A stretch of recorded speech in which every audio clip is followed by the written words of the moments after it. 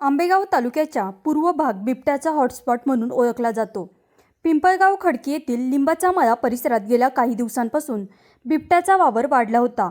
शेतकऱ्यांच्या पाळीव प्राण्यांवर हल्ले होण्याच्या घटनांमुळे परिसरात भीतीचे सावट होते। ग्रामस्थांच्या मागणीनंतर वनविभागाने 2 दिवसांपूर्वी या परिसरात पिंजरा लावला होता। रात्रीच्या सुमारास भक्ष्याच्या शोधात आलेला बिबट्या या पिंजऱ्यात अडकला। पहाटेच्या वेळी बिबट्या जेरबंद झाल्याचे समजताच परिसरातील नागरिकांनी मोठी गर्दी केली होती। घटनेची माहिती मिळताच वनविभागाचे अधिकारी आणि कर्मचारी घटनास्थळी दाखल झाले। जेरबंद केलेल्या बिबट्याला सुरक्षितरित्या माणिकडोह येथील बिबट निवारा केंद्रात हलवण्यात आले आहे। हा बिबट्या नर असून त्याचे वय साधारण 3 ते 4 वर्षे असल्याची प्राथमिक माहिती मिळत आहे। बिबट्या जरी जेरबंद झाला असला तरी या भागात अजूनही इतर बिबट्यांचा वावर असण्याची शक्यता वनविभागाने वर्तवली आहे। त्यामुळे रात्रीच्या वेळी शेतात जाताना किंवा बाहेर पडताना नागरिकांनी काळजी घ्यावी असे आवाहन वनविभागाच्या वतीने करण्यात आले आहे। आज पिंपळगावमध्ये लिंबाचा मळा या ठिकाणी काल या ठिकाणी बिबट्या पकडण्यासाठी पिंजरा लावला आणि त्या पिंजऱ्यात बिबट्या जेरबंद झालेला आहे।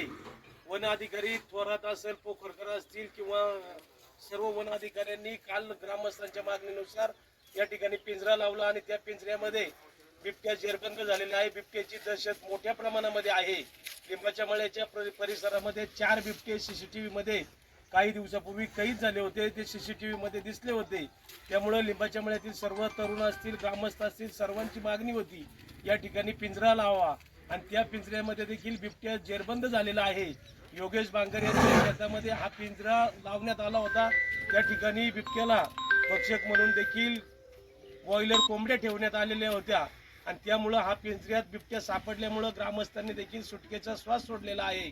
वन अधिकाऱ्यांचं देखील ग्रामस्थांच्या वतीने हार्दिक आभार आणि पुढील काळामध्ये देखील अजूनही गव्हाळी मळा असेल, लिंबाचा मळा असेल किंवा पिराचा मळा असेल, जागजागी पिंजरे लावून हे सर्वच बिबटे जेरबंद करावे हीच वन खात्याला आमच्या सर्व ग्रामस्थांच्या वतीने विनंती आहे।